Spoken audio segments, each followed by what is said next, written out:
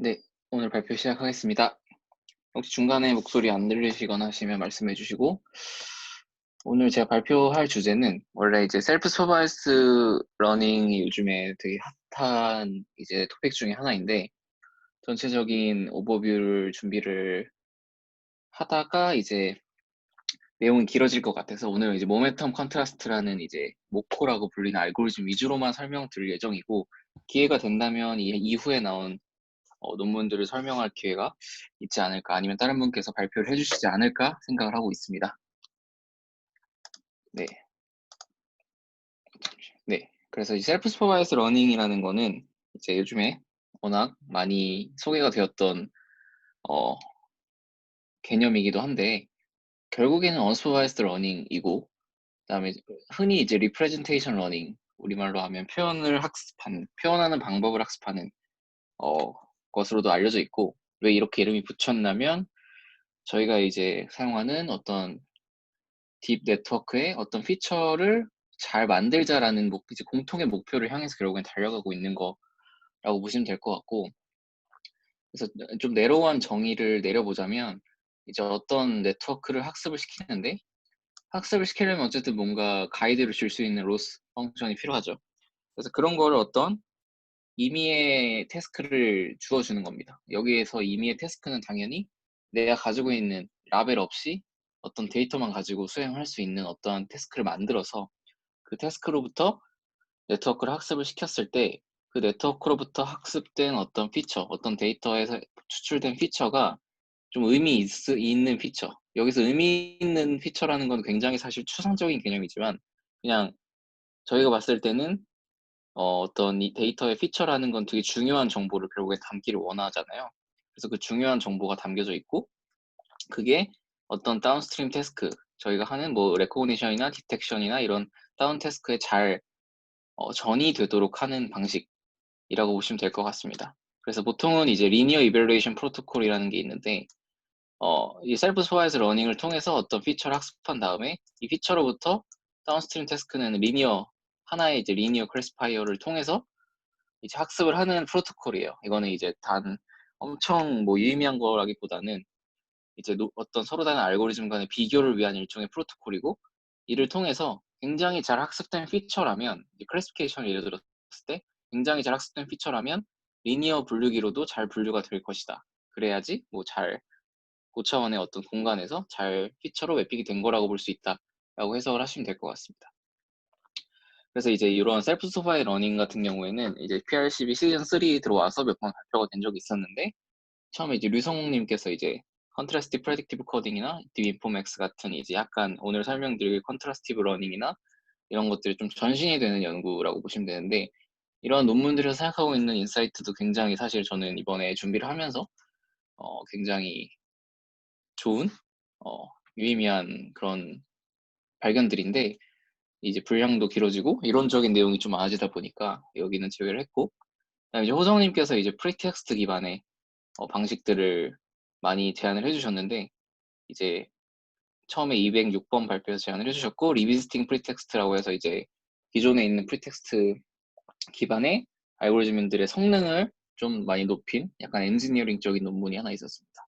그다음에 진원님께서 이제 심클리어라고 하는, 어떻게 보면 이제 오늘 소개드릴 모코의 약간 라이벌격인 그런 알고리즘, 제프리 힌튼 교수님이 저자로 참여해서 유명한 논문인데, 그 논문을 자세히 설명을 드린 적이 있습니다. 그래서 전체적인 컨트라스티브 러닝 개념 자체는 이제 이 비디오를 보시면 좀 더 도움이 되실 것 같고, 저는 이제 어느 정도 알고 계신다고 가정한 상태에서 이제 좀 부족한 부분을 보충하는 느낌으로 오늘 발표를 준비를 했습니다.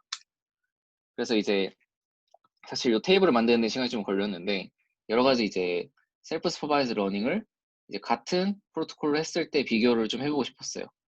이제 그래서 이제 프리텍스트 기반 애들은 여기서 사람이 지정해주는 일종의 프리텍스트 기반으로 한다는 뜻이고, 어떤 렐라티브 포지션이나 직소 퍼즐을 풀게 하거나 컬러를 만들거나 회전하는 그 각도를 맞추거나 하는 다양한 방식들이 있었고, 이제 이런 방식들은 이제 원래 성능이 한 30%대였다가 요 콜레스니코브라는 사람이 이제 제안했던 구조에서 이렇게 성능이 이 정도로 나오는 이제 연구들이었고, 컨트라스티브 개념, 이제 컨트라스티브 중에서 이제 인스턴스 디스크리미네이션이라고 해서 이제 이미지 각각 하나하나를 하나의 인스턴스를 보고 하는 방식인데, 그게 이제 요즘에 나오는 대부분의 방식이라고 보시면 됩니다. 이제 거기서 이제 컨트라스티브 프레딕티브 코딩, 멀티뷰 코딩 뭐 이런 논문들이 있었고, 오늘 소개드릴 모멘텀 컨트라스트 버전 1, 2, 그다음 심클리어 이렇게 비교가 되어 있는데, 이제 모멘텀 컨트라스트가 처음 나왔을 때 이제 60.6% 정도, 이게 전부 레저넷 50에 기반의 같은 네트워크 구조를 가지고 있고, 60.6%여서 사실은 엄청 좋은 성능은 아니었는데, 이제 심클리어가 나오고 나서 심클리어 이후에 나온 이제 버전 2에서 71.1%까지 나오는 성능을 보여주는 것을 확인을 해서, 이게 어쨌든 엔지니어링을 좀 더 했을 때 굉장히 좋은 성능을 보여주는 방법로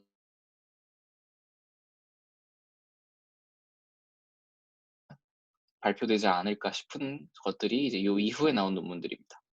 그래서 이제 결국에는 레지넷 50에서 잠시만요. 네. 네, 레지넷 50에서 슈퍼바이스드 클래시피케이션 어큐러시가 76.5%인데, 지금 이제 모멘트 컨트라스트 버전 2 71.1%까지 왔고, 최근에 이제 딥마인드 나오는 이제 부트스트랩 Your Own Rate라는 논문에 74.3, 그다음에 75.3짜리 논문도 봤고요. 그래서 거의 슈퍼바이스드 러닝의 어큐러시를 거의 따라왔다라고 보시면 되는데, 이게 의미하는 게 결국에는 리니어 클래시파이어로 학습을 하기 때문에 결국에는 핸드크래프트 피처, 이제 어떻게 보면은 저는 이 셀프 슈퍼바이스 러닝으로 학습되었다 하더라도 결국에는 그 피처를 엔드투엔드로 사용하는 게 아니라 피처를 가지고 학습하는 거기 때문에, 그 피처가 결국에는 이 정도 슈퍼바이스드 했을 때만큼의 어큐러시를 따라왔다라고 보시면 될 것 같아요.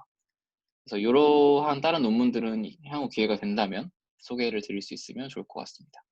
그래서 오늘 이제 모멘트 컨트라스트 위주로 설명드리고, 제가 이제 이걸 공부하면서 느꼈던 두 가지 질문이 있었는데, 왜 info NC라는 로스를 많이 사용하는지, 그다음에 데이터 어규멘테이션의 기법들이 왜 중요한지에 대해 설명을 드릴 예정이고, 컨트라스티브 러닝이라는 건 결국에는 이제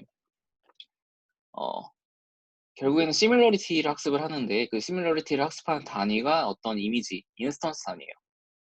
그래서 어떤 이미지 하나마다 각각의 하나하나 이미지가 서로 다른 이미지인데, 이것들의 어떤 같은 의미를 가지고 있는 그 데이터는 같은 피처 공간으로 매핑이 되고, 다른 거는 다른 공간으로 매핑이 되게 하는 포지티브, 네거티브에 기반한 어떤 학습이 컨트라스티브 러닝인데, 그 중에서도 이제 인포 NC는 이제 노이즈 컨트라스티브 에스티메이션이라고 이제 뒤에 설명을 잠깐 드릴 건데, 이름은 그렇게 신경 안 쓰셔도 돼요. 그냥 이 로스 자체 생긴 걸 보시면, 어떤 저희가 가지고 있는 데이터 X라는 데이터가 있을 때, 그 데이터를 표현한 fx가 있을 때, 이것과 어떤 포지티브 샘플, 같은 의미를 갖는 데이터, 그다음에 다른 의미를 갖는 데이터인 네거티브 샘플이 있을 때, 포지티브 샘플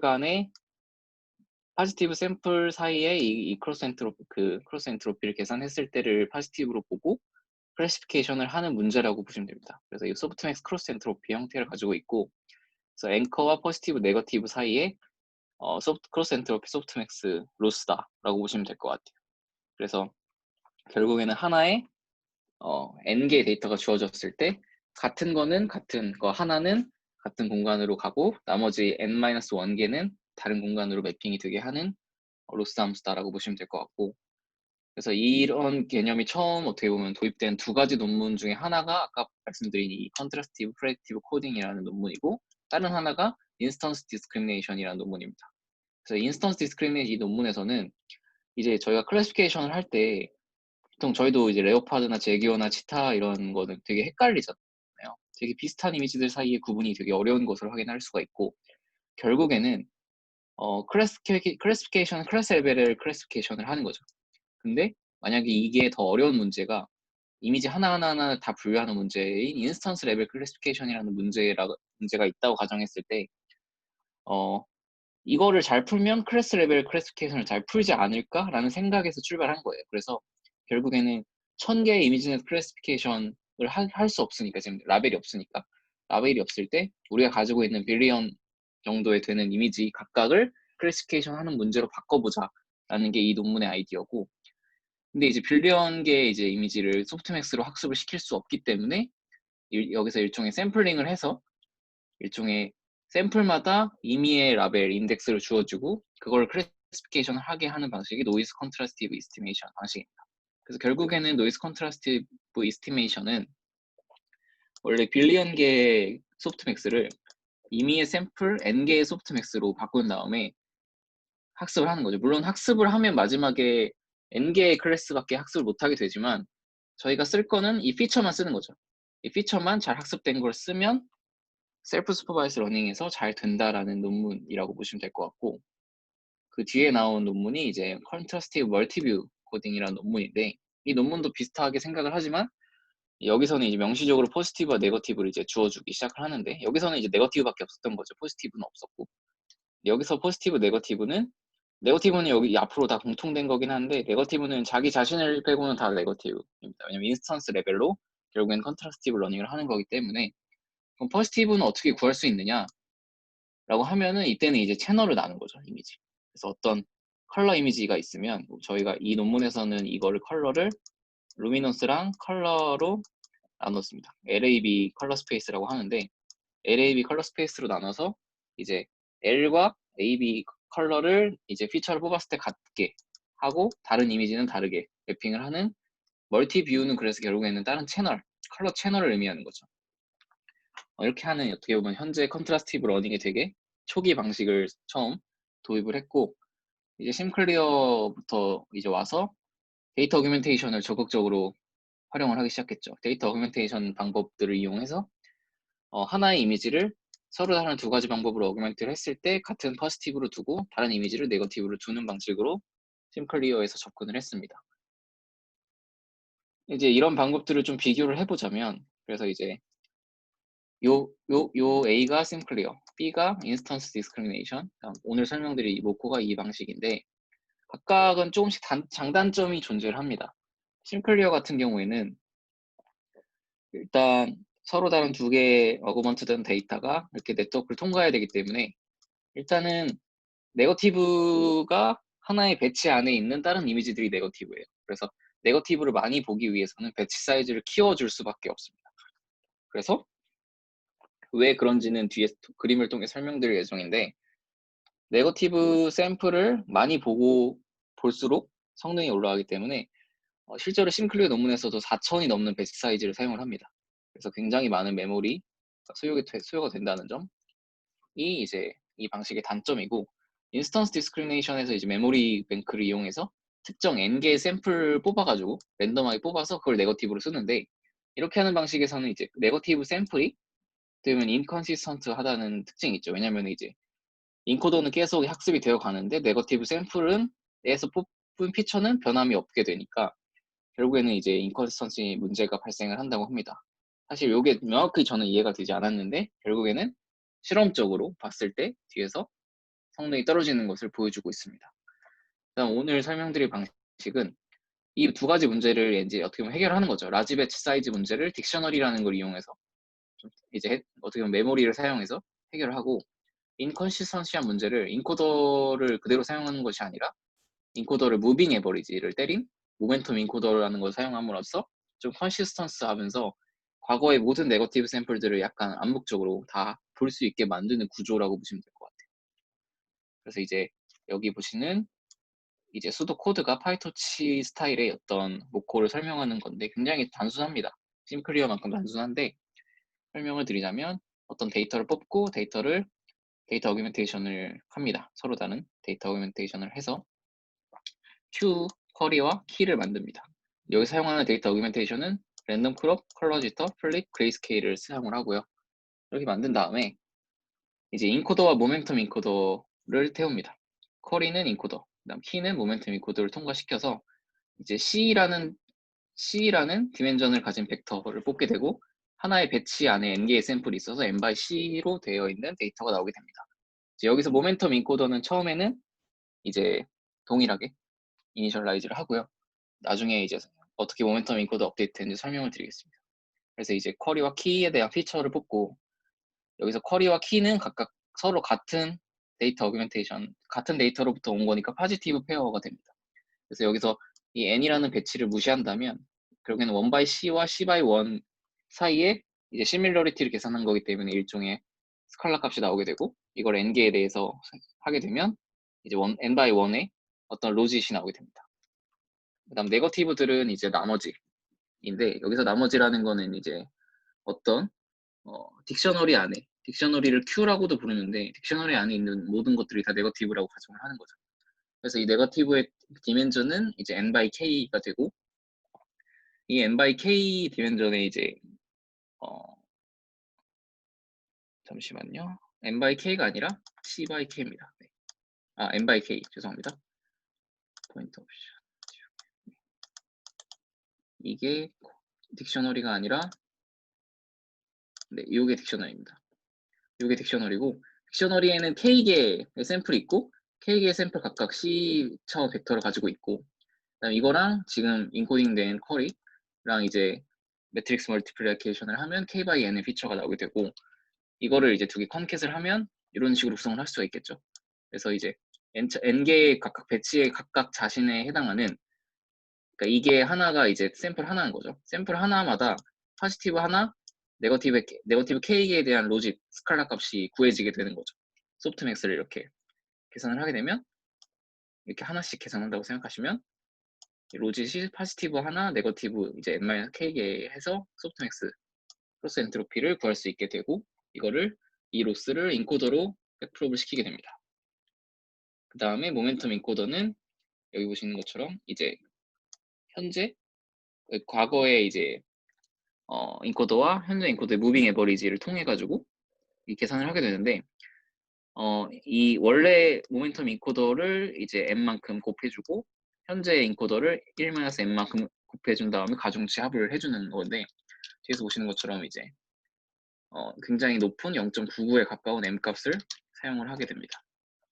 그러니까 거의 이거 유지한 채로 지금 인코더 조금씩 이제 입혀가는 거죠. 여기다가 이런 식으로 진행을 하고, 현재 계산했던 이제 쿼리 피처를 딕셔너리가 이렇게 있었잖아요. 딕셔너리에서 추가하고 가장 올드한 이제 피처들을 이제 밀어내는 방식으로 K개의 딕셔너리를 계속 유지를 합니다. 그럼 결국에는 이 딕셔너리가 가지고 있는 건 네거티브 샘플을 지속적으로 저장하고 관리하는 역할을 하는 거죠. 그래서 네거티브 샘플을 과거에 이제 있었던 게 결국에는 이렇게 DQ 돼가지고 사라지지만, 과거에 이 네거티브 샘플을 뽑았던 인코더는 모멘텀을 통해서 이 인코더에 계속 남아있게 되는 거죠. 그래서 간접적으로 굉장히 많은 양의 네거티브 샘플을 볼 수 있다는 장점이 있는 구조라고 보시면 되고, 그래서 이런 구조죠. 보시면 이제 왼쪽이 대표적으로 심클리어 같은 구조인데, 일단 네거티브 샘플을 이 안에서 서로 구해야 되기 때문에 굉장히 큰 배치 사이즈가 들어가서 얘네들 사이에 이제 시밀러리티 비교를 하기 때문에 이런 매트릭스를 저장하고 있어야 되기 때문에 굉장히 많은 메모리가 필요하게 되고, 자기 자신을 제외한 애가 네거티브이기 때문에 배치 사이즈가 커져야 된다. 근데 모멘텀 컨트라스트는 이 메모리라는 걸 이용해서 메모리 안에 있는 네거티브를 쓰면 되기 때문에 배치가 일단 적게 되고, 그래서 이를 통해서 어피니티 매트릭스가 굉장히 상대적으로 적어지게 되죠. 네, 이런 장점이 존재하게 되고, 그럼 어떤 차이가 있냐?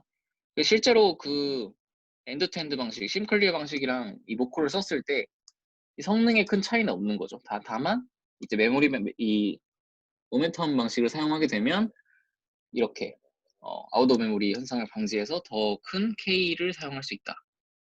더 큰 배치 사이즈를 사용할 수 있다. 간접적으로. 실제로 모멘텀 컨트라스트에서는 256 배치를 쓰지만, 여기서 65,536개의 딕셔너리를 쓰면 네거티브가 65,536개를 쓸 수가 있게 되는 거죠. 그다음 메모리 뱅크 방식은 성능이 굉장히 많이 떨어지는 걸 볼 수가 있는데, 이게 이제 인컨시스턴트한 네거티브 샘플 인코딩 때문에 발생하는 문제다. 그래서 이제 요거를 이제 M에 따라서 성능이 보여지는데, 일단은 안 쓰면 안 되고 학습이 0.9부터 0.999 정도 사용했을 때 굉장히 좋은 성능을 보여주는 것을 보여줄 수 있고요.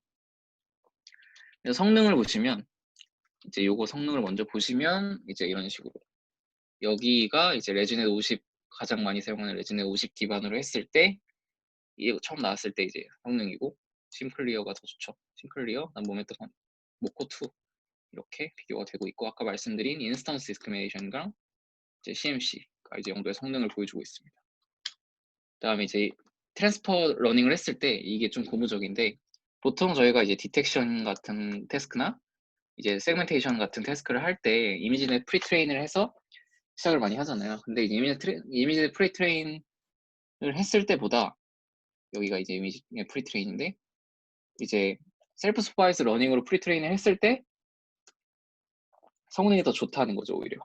그래서 이미지넷 프리트레인보다 더 성능이 좋아짐으로 인해서 이미지넷 라벨이 필요 없어졌다라는 뭐 이런 식으로 주장을 할 수가 있는 실험 결과라고 보시면 되고, 여기서 IG1B는 인스타그램 데이터셋 1 빌리언을 얘기를 하는 거고요. 이건 다른 태스크로 했을 때 성능입니다. 그 다음에 이제 여기 보시면 2018년, 19년, 20년 이렇게 성능이 올라가는 것을 보실 수 있고, 더 최근에 나온 이제 논문들에서는 보코2 위에 인포민 B 이제 BYOL 어떻게 읽어야 될지 모르겠는데 이렇게 성능이 나오는 것을 보실 수 있습니다. 네. 그래서 이제 모코가 처음 나왔을 때는 여기 보시는 것처럼 이제 성능이 그렇게 좋진 않았는데, 여기서 이제 모멘텀 컨트라스트의 이제 결국에는 핵심 컴포넌트는 이제 딕셔너리를 사용하는 것이랑 이제 모멘텀 인코더를 사용하는 두 가지가 핵심인데, 그럼 다른 방식들에서 쓴 걸 올소고널하게 이제 적용해서 성능을 임프루브 시켜보는 논문이 이제 모코2인데요. 그래서 이제 어떤 걸 시도를 해봤냐, 이제 피처가 나오고 그 피처를 이제 마지막에 이제 소프트맥스를 거쳐가지고 n개를 가지고 크로스 엔트로피를 하잖아요. 근데 이거를 이제 심클리어에서는 이제 MLP를 써서 중간에 이제 히든 레이어 2048디멘전짜리 히든 레이어 하나 추가됐을 때 이렇게 했을 때 좀 더 좋은 성능을 낸다는 게 알려져서 실제로 레프레젠테이션은 요걸 쓰는데 이제 MLP 헤드를 추가를 하는 거죠. 그렇게만 했을 때 6%가 오르는, 성능이 굉장히 많이 오르는 현상이 이제 보여졌고, 그다음 데이터 어규멘테이션을 블러 이제 심클리어에 썼던 블러를 추가했을 때 3%가 또 올랐고, 같이 썼을 때 이제 7.3%. 그 다음에 원래는 이제 모멘텀 컨트라스트에서는 스텝 러닝 레이트 스케줄을 썼었는데 코사인 러닝 레이트를 썼을 때 또 성능이 올라가고, 그 다음에 더 길게 학습을 했을 때 이제 71.1%까지 성능이 올라가는 것을 보실 수 있고, 여기 보시면 이제 심클리어와의 단면적인 비교를 보시는데 트레이닝 에폭 같은 이제 방식을 했을 때 배치 사이즈, 그래서 심클리어의 단점을 이제 보여주고 있는 거죠. 8192의 배치 사이즈는 저희는 돌릴 수 없죠. 네. 왜냐면 이제 그냥 256 같은 경우에는 5기가나 7.4기가에서 저희가 뭐 많이 사용하는 GPU, 싱글 GPU에서 학습을 할 수 있는데 4096은 할 수가 없죠. 그래서 이렇게 되어 있고, 그 다음에 심클리어를 이제 1000에폭, 그 다음 보코2를 800에폭 했을 때 성능이 이 정도 차이가 있다는 걸 보실 수 있고, 그래서 이게 MLP 헤드 추가한 실험인데, 요 타운은 이제 그 인포 NC 로스의 템퍼레처를 의미하고요. 템퍼레처도 원래 0.07을 썼었는데 이 튜닝을 해서 0.2 쓰고 MLP 헤드로 했을 때 66%까지 올랐다라는 걸 보여주고 있습니다. 그래서 이제 모멘텀 컨트라스트 같은 경우에는 그렇게 복잡한 구조는 아니어서 모티베이션과 어떻게 진행되는지를 설명을 드렸고, 제가 궁금했던 내용은 인포 NC를 왜 사용을 하는가. 그래서 이제 노이즈 컨트라스티브 에스티메이션 같은 경우에는 아까 말씀드린 것처럼 이제 멀티 클래시피케이션을 할 건데, 아까 말씀드린 것처럼 네거티브 샘플이 엄청 많잖아요. 거의 무한하다고 볼 수 있는데 그거에 대해서 소프트맥스를 할 수는 없으니 이걸 set of binary classification problem으로 바꾸는 겁니다. 그래서 저는 이거를 보면서 어떤 생각을 했냐면, 일종의 그라디언트 디센트를 스토캐스틱 그라디언트 디센트로 바꾼 것처럼 일종의 좀 랜덤한 프로바빌리스틱한 이제 소프트맥스로 바꿈으로써 전체를 어프록시메이트한 효과가 있다라고 이해를 하시면 좋을 것 같아요. 그래서 여기 바이너리 클래시피케이션 태스크는 뭘 하는 거냐면, 데이터 샘플과 노이즈 샘플, 즉 포지티브 샘플과 네거티브 샘플을 정해주면 그걸 잘 분류하기만 해도 전체적으로 이제 클래시피케이션 하는 것과 동치라는 뜻입니다. 그래서 잘 어프로치 되어 있는 이론이라고 보시면 되고, 그럼 이제 인포 NC 로스 사실 같은 건데, 아까 설명드린 인포 NC 로스를 미니마이즈 한다는 건 어떤 의미가 있냐면, 결국엔 이거는 이제 뮤추얼 인포메이션의 로어 바운드를 맥시마이즈 하는 거거든요. 그럼 모와 모 사이에 이제 뮤추얼 인포메이션이라고 하면은 일종의 어떤 내가 가지고 있는 데이터와 그거를 네트워크에 넣어서 나오는 피처, 리프레젠테이션 사이의 뮤추얼 인포메이션은 보통 extractable 하지 않은 경우가 많으니까 mutual information의 lower bound를 maximize 한다는 것으로 증명이 되어 있고, 이게 타이트 할 때는 n이 굉장히 이제 증가했을 때, n이라는 건 네거티브 샘플이 많아졌을 때입니다. 그래서 이걸 증명을 한 것이 이제 이 논문, CPC 논문에서 증명이 되어 있고, 결론만 보시면 인포 NC 로스는 이제 여기 로우 바운드 걸려 있고, 이제 뮤추얼 인포메이션의 마이너스 텀을 미니마이즈 하는 것과 로그 n, 여기서 n이 네거티브 샘플의 개수로, 다시 말하면 뮤추얼 인포메이션을 맥시마이즈 하는 거는 결국에는 미니마이즈, 로우 바운드를 미니마이즈 하는데, 여기서 걸리는 바운드가 네거티브 샘플의 개수에 비례한다라는 뜻입니다. 그 말은 뭐냐면 결국에 네거티브 샘플 많이 보면 성능이 좋다, 뮤추얼 인포메이션에 더 가까워진다라는 뜻이에요. 그래서 앞서 보신 것처럼 배치 사이즈를 키우거나 어떤 모멘텀 컨트라스트 딕셔너리 사이즈를 키우거나 하면 성능이 증가하는 것을 보실 수가 있습니다. 그래서 이제 Unvariational Bound of Mutual Information이라는 굉장히 좋은 논문이 있는데, 이 논문에서 Mutual Information과 여러 가지 로스 펑션들 사이의 관계를 잘 서로 설명을 해주고 있어요. 그래서 보통 X와 Y 사이 Mutual Information을 구할 때 이거 데피니션에 의하면 이제 이런 probability랑 이런 포스테리어랑 likelihood를 계산해서 해야 되는데, 보통 이제 unknown이고 intractable인 경우가 제일 많잖아요. 이런 경우에 이제 어떻게 서로 로우 바운드 관계를 형성하고 있는지를 잘 설명하고 있는 논문인데, 결국에는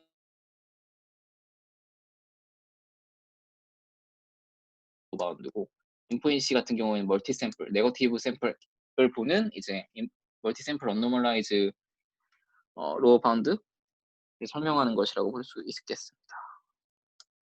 네.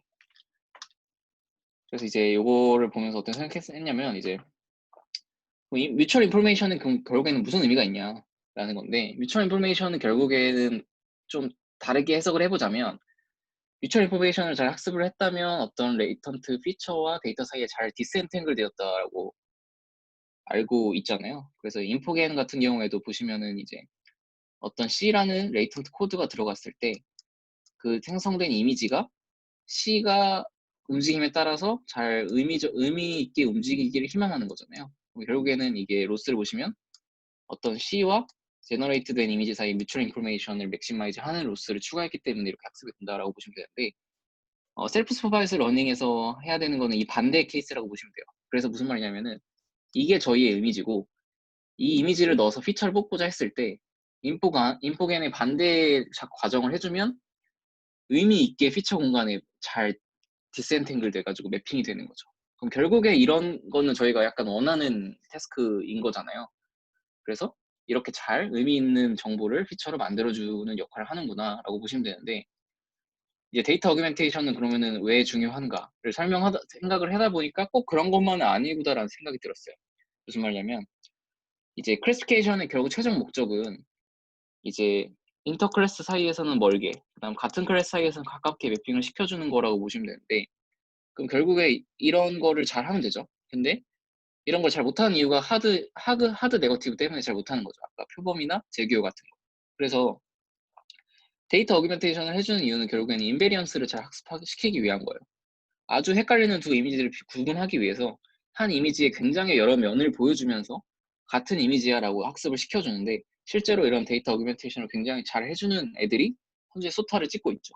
랜더 어그먼트나 오토 어그먼트 같은 방식들이 그런 특징을 가지고 있는데, 컨트라스티브 러닝에서 보여주고 있는 기법들은 이걸 자연스럽게 따라가고 있는 거라고 생각을 했어요. 왜냐하면 결국에는 인스턴스 단위로, 아까 인스턴스 디스크리미네이션에서 그 논문에 설명드린 것처럼 결국에 클래스 단위로 학습하는 것보다 인스턴스 단위로 학습하는 게 더 어려운데, 인스턴스 단위로 인베리언스를 학습을 시키고 있는 거죠.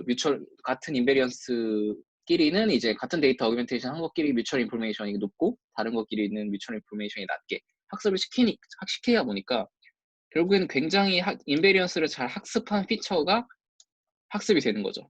그 상태에서 클래시피케이션을 하다 보니까 당연히 잘 되는 게 아닌가라는 생각이 자연스럽게 이어지는 것 같아요. 그래서 이건 제 그냥 매피셜인데, 데이터 어규멘테이션이 뮤추얼 인포메이션 아까 말씀드린 거 맥시마이즈 한다고 말씀드린 것보다 더 중요하다고 생각을 했습니다. 그걸 보여주는 이제 판례가 이제 BYOL이라고 가장 최근에 나온 논문인데, 이 논문에서는 info NC를 안 쓰거든요. 이 논문에서는 그냥 포지티브 피처와 포지티브 피처 간에 그냥 L2 디스턴스를 가지고 하는 거죠. 네거티브 샘플 없이. 이렇게 했을 때도 성능이 잘 나온 걸 보면 데이터 어규멘테이션을 하고 네트워크를 잘 디자인해서 잘 학습시키는 것이 현재로서는 더 중요한 것이 아닌가라는 생각을 하면서, 결국에는 데이터 어규멘테이션에 의존할 수밖에 없는 현재 클래시피케이션 문제를 잘 푸는 데에는 좋지만 향후에는 어떻게 될지 모른다라는 걸로 결론을 내릴 수 있을 것 같습니다. 네. 그래서 제가 오늘 발표한 내용은 여기까지입니다.